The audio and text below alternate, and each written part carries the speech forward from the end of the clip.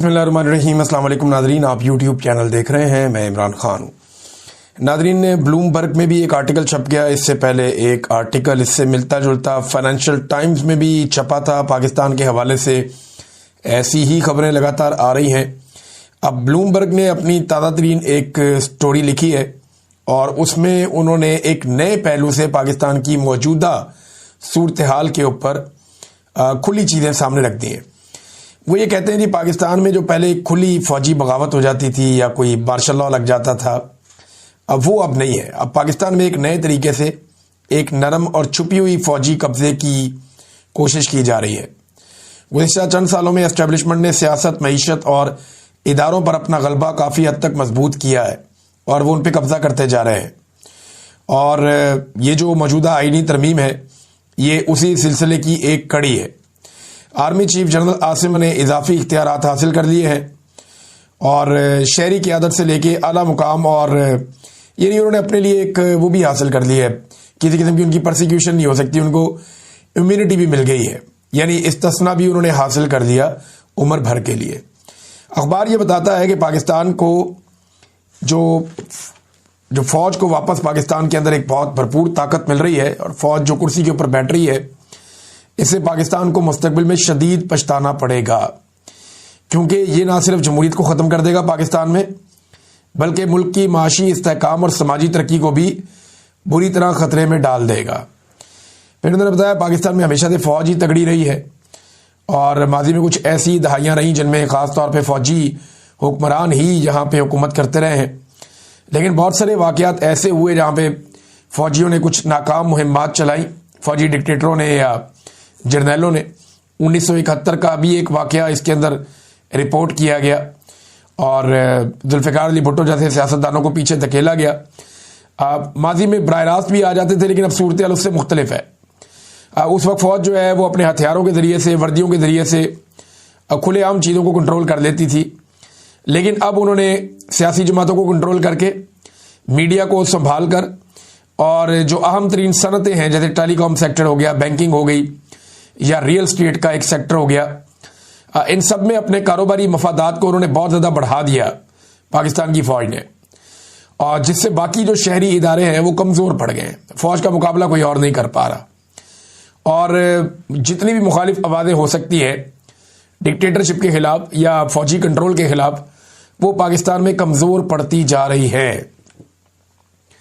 وہ یہ کہہ رہے ہیں جو موجودہ ترمیم ہوئی ہے اس کی وجہ سے عاصم منیر صاحب کو بہت وسیع اختیارات مل گئے ہیں، اور سیاسی فیصلوں میں ان کا کردار فیصلہ کن ہو گیا ہے۔ اب وہ جو باقی سیاستدان ہیں ان سے بہت بالا تر ہو گئے ہیں، اور آئین جو ہے وہ پہلے تو فوج کو جواب دہ بناتا تھا، لیکن اب یہ خود جواب دہ نہیں رہے۔ اور ساتھ ہی انہوں نے یہ بھی بتایا، یہ جو آرٹیکل ہے اس کے اندر جو لکھنے والے ہیں وہ یہ بھی کہہ رہے ہیں کہ 1970 کی دہائی میں پاکستان جس تباہی کا شکار ہوا تھا ملٹری ڈکٹیٹرشپ کے نتیجے میں، فوجی غلبے کے نتیجے میں، پاکستان اسی تباہی کی طرف آگے بڑھتا جا رہا ہے۔ IMF کا بوجھ بھی بڑھ رہا ہے، اور اس کی وجہ ایک وہ یہ بتاتے ہیں کہ جو ملٹری اسٹیبلشمنٹ ہے وہ قومی مفادات کی بجائے اپنے ذاتی مفادات کو ترجیح دیتے ہیں، یعنی اپنے مفادات کو زیادہ ترجیح دیتے ہیں اسٹیبلشمنٹ کے لوگ، بجائے اس کے کہ وہ قوم کے مفاد کو ترجیح دیں۔ اور پھر اسی آرٹیکل میں لکھا گیا قوم اگر کھڑی نہ ہوئی یا عوام اس کے خلاف کھڑی نہ ہوئے تو پاکستان ماضی کی غلطیوں کو دہرا کر مستقل طور پہ عدم استحکام کا شکار ہو جائے گا۔ اس سے پہلے ایسے ہی ایک آرٹیکل جو ہے وہ چھپا تھا فائنینشل ٹائم میں بھی، دیگر کئی اور جگہوں پہ اس طرح کی وارننگ پاکستان کے بارے میں جاری کی جا رہی ہے۔ جو کچھ پاکستان میں اس وقت پاکستان کی ملٹری اسٹیبلشمنٹ خاص طور پہ عاصم منیر صاحب کر رہے ہیں۔ یہاں ناظرین پاکستان تحریک انصاف نے IMF کے حوالے سے جو رپورٹ آئی اس میں اپنا ایک بیان جاری کیا ہے۔ تحریک انصاف بہت سخت بیانات جاری کر رہی ہے، یہ PTI کا آفیشیل ٹویٹر ہینڈل ہے یا ایکس کا ہینڈل ہے، وہاں سے یہ انہوں نے پوسٹ کیا ایک مواد۔ اس میں لکھا ہے کہ IMF رپورٹ پاکستان میں بدترین کرپشن بے نقاب، عاصم منیر تاریخ کا ظالم ترین ڈکٹیٹر اور ایک ذہنی مریض ہے۔ عاصم منیر اپنی کرسی کی ہوس میں کچھ بھی کر سکتا ہے۔ یہ عمران خان صاحب کا سٹیٹمنٹ ہے جو انہوں نے باقاعدہ جیل کے اندر سے دیا تھا، اور یہ سٹیٹمنٹ باقاعدہ ان کے اپنے ایکس ہینڈل سے شائع بھی کیا گیا تھا۔ اب اس میں بتایا جا رہا پاکستان تحریک انصاف کی جانب سے کہ IMF رپورٹ پاکستان کے ریاستی اداروں میں بدترین کرپشن کے ہوش ربا انکشافات ہوئے ہیں۔ جی ڈی پی کا 6.5% کرپشن کی نظر ہو جاتا ہے، اور یہ کتنا پیسہ ہے؟ یہ لگ بھگ کوئی 25 ارب ڈالرز ہیں۔ یہ اتنا پیسہ ہے جتنا پاکستان، لگ بھگ اس سے تھوڑے کم پیسوں کی پاکستان ایکسپورٹس کرتا ہے ٹوٹل۔ اتنا پیسہ تو کرپشن میں ہی جاتا ہے پاکستان میں۔ پھر اس کے بعد جی ڈی پی کی جو گروتھ ہے وہ مالی کرپشن کی وجہ سے 2.5% رہ گئی، جو عمران خان صاحب کے دور میں 2 سال تک لگاتار 6% پہ ترقی کر رہی تھی۔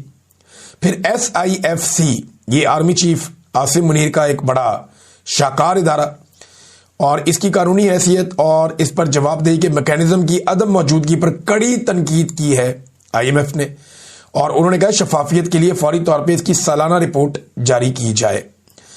اربوں روپے کے ٹھیکوں میں انہوں نے کہا شفافیت لائی جائے، اور جو ہے وہ ٹینڈرنگ کی جائے، یعنی الیکٹرانک ٹینڈرنگ کی جائے تاکہ پتہ چلے سب کو، اس میں شفافیت آنی چاہیے، اور پارلیمانی نگرانی لازمی قرار دی جائے۔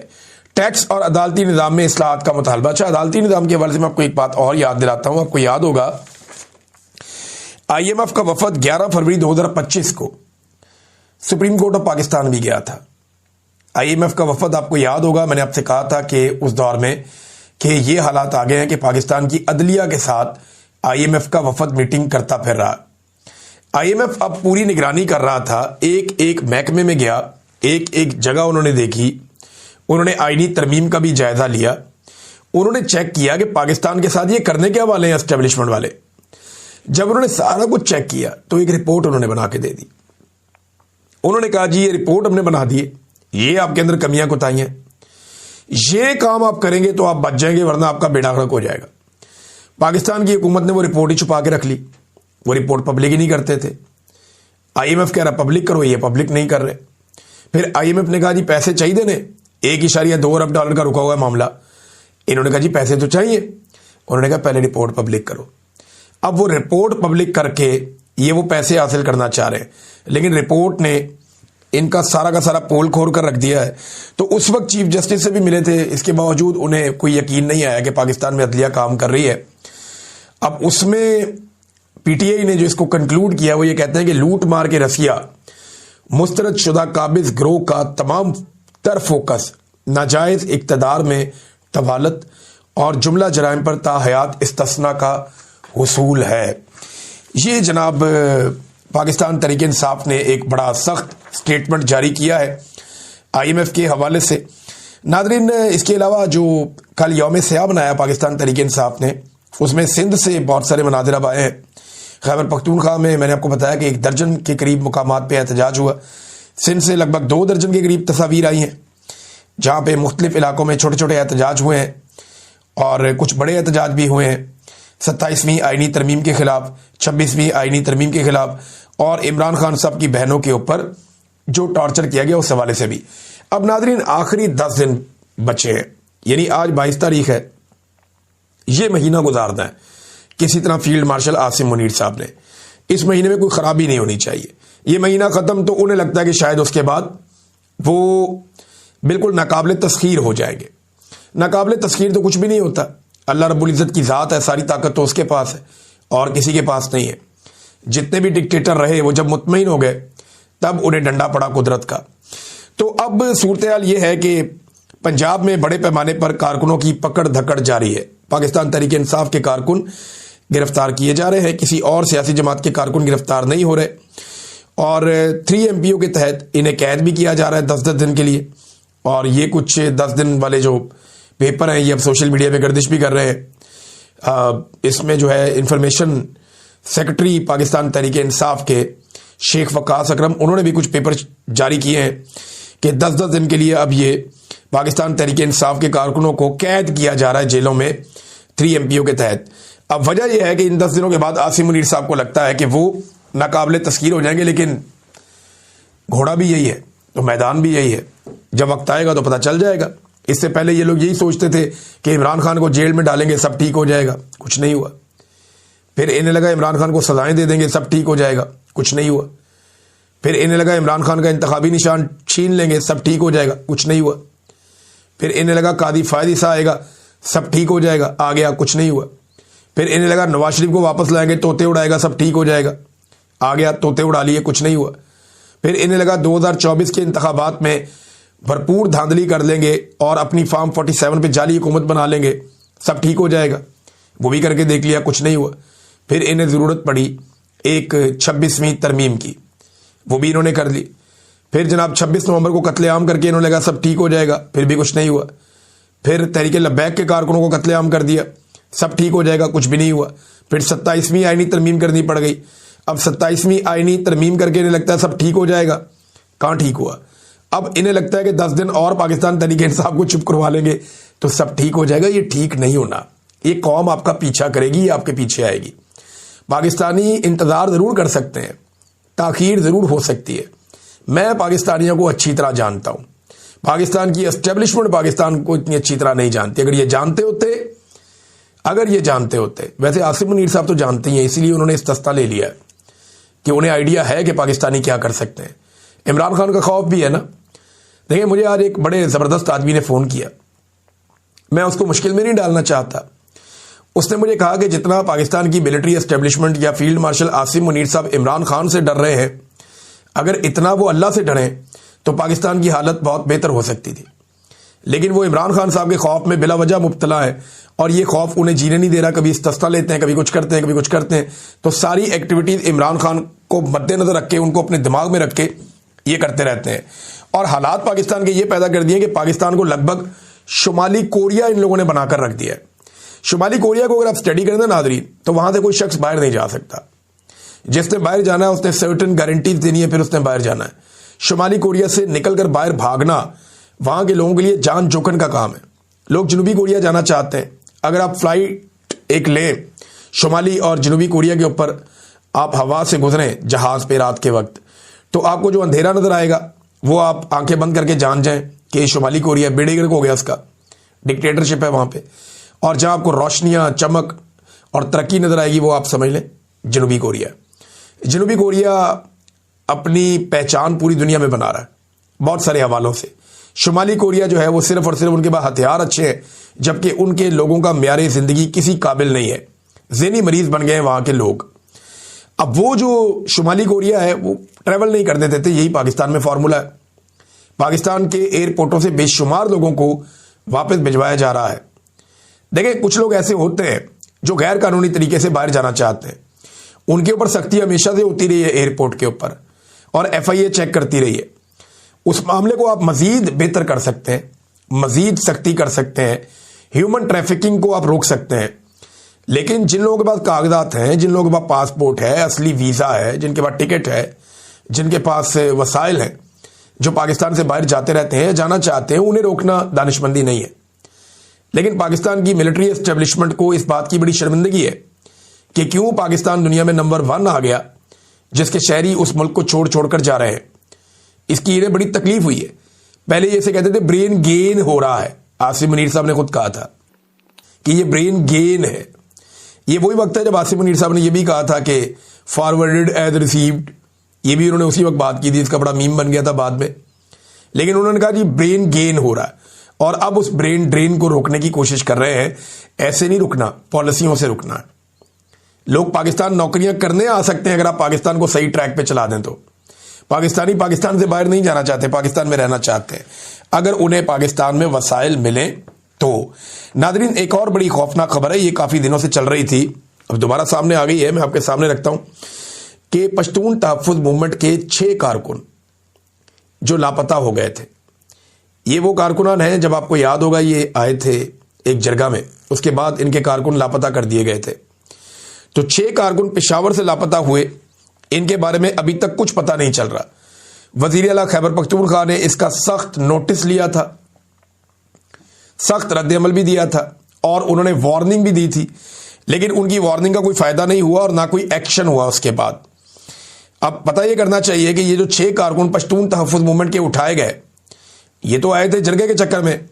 اب ان کے جو لوگ اٹھائے گئے، 2 لوگ تو جرگے میں بھی آئے تھے ان کے، اب یہ لوگ جو اٹھائے گئے ہیں ان کے حوالے سے کیا کوئی مقدمہ درج کیا گیا؟ کیا کوئی تفتیش کی گئی؟ کیا کوئی کسی نقطے تک پہنچے کہ جناب یہ کہاں گئے، کدھر سے نکلے؟ کوئی CCTV فوٹیج، کوئی اور چیز؟ پشاور کے اندر سے یہ اٹھائے گئے ہیں تو وزیر اعلیٰ نے اس پہ اسٹیٹمنٹ دیا تھا، لیکن ان بندوں کا ابھی تک پتہ نہیں چل رہا۔ ان کے اندر نور اللہ ترین ہے، حنیف پشتین ہے، سید عرفان اللہ ہے، فرحان وزیر ہے، عدنان وزیر ہے، حبیب وزیر ہے۔ ایک دن پہلے پشاور میں طلبہ نے اس کے اوپر بڑا احتجاج بھی کیا، بہت بڑا احتجاج وہ کر رہے تھے، اور وہ یہ مطالبہ کر رہے تھے حکومت سے بھی اور ایجنسیوں سے بھی کہ جبری طور پہ لاپتہ کیے گئے ان کارکنان کو واپس کیا جائے۔ اب اس پہ ایمنسٹی انٹرنیشنل نے ساؤتھ ایشیا کا جو ان کا ایک پورا پورشن ہے، انہوں نے ایک مطالبہ بھی کیا ہے اور اس کے اوپر ایک انہوں نے اسٹیٹمنٹ بھی جاری کیا ہے۔ ان کا اسٹیٹمنٹ کیا کہتا ہے یہ ذرا دیکھیے آپ۔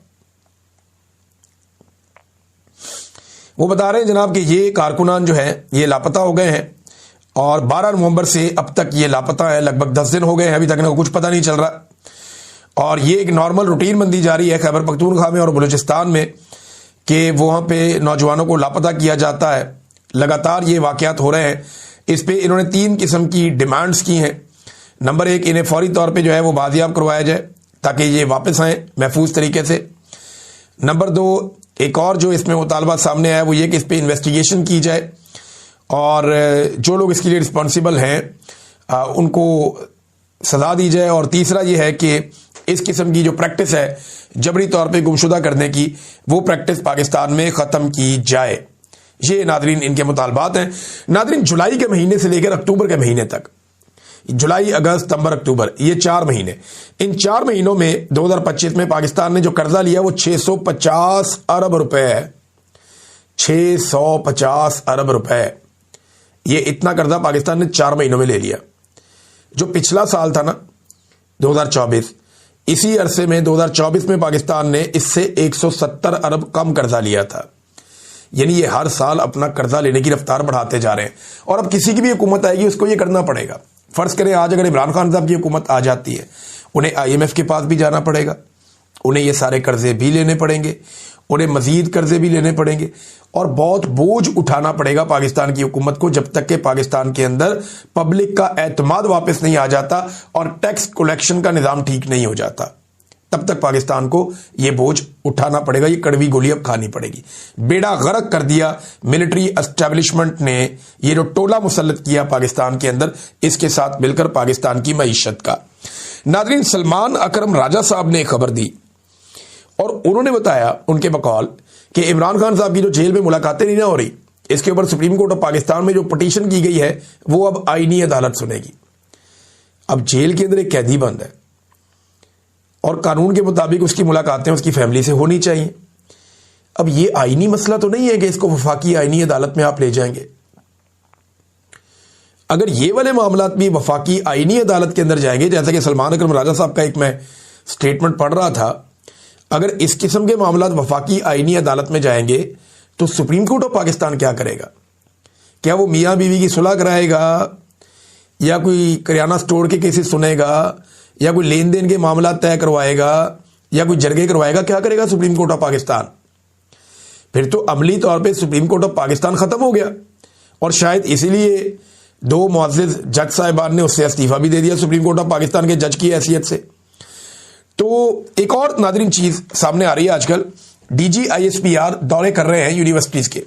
اسلام آباد سے پہلے ایک خبر آئی اور پھر ایک خبر آئی کراچی سے۔ یہ خبر جو ہے طارق متین صاحب نے دی ہے کہ بڑی سختی کی گئی طلبہ کے اوپر، وہاں پہ بھی DG ISPR گئے۔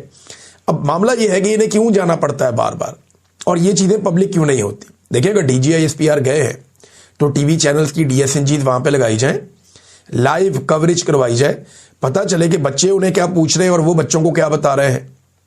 ضروری تو یہ ہے نا، دیکھیں بچوں کو جا کے آپ ان سے بات چیت کرتے ہیں، اگر تو وہ بات چیت اچھی ہو رہی ہے اور اس بات چیت سے اچھی چیزیں نکل رہی ہیں یا فائدہ ہو رہا ہے ISPR کو، تو وہ ضرور اس کو پبلک کریں گے۔ لیکن جو اطلاعات آ رہی ہیں وہ ذرا الگ ہے، وہ یہ ہے کہ وہاں پہ ایک ہاسٹائل قسم کا انوائرمنٹ بنایا جاتا ہے، بچوں کی حاضری یقینی بنائی جاتی ہے اور حوصلہ شکنی کی جاتی ہے سخت سوالات کے حوالے سے، لیکن اس کے باوجود طلبہ بہت سخت سوالات کرتے ہیں اور بہت ساری چیزیں جو ان کے دماغ میں ہیں وہ پھر پوچھتے ہیں، اور بہت ساری چیزوں کا سوال کچھ اور جواب کچھ ہوتا ہے، اور اسی لیے ہم نارملی دیکھتے ہیں کہ ایک خاموش ویڈیو جاری کر دی جاتی ہے جس کے اندر وہ ویسے ہی ویڈیو شیڈیو ہوتی ہے، یا کوئی سلیکٹو قسم کے کوسچنز اور سلیکٹو قسم کے آنسر جاری کر دیے جاتے ہیں۔ میرے خیال میں اگر جانا چاہتے ہیں DGISPR تو بڑے بڑے تعلیمی اداروں میں جائیں,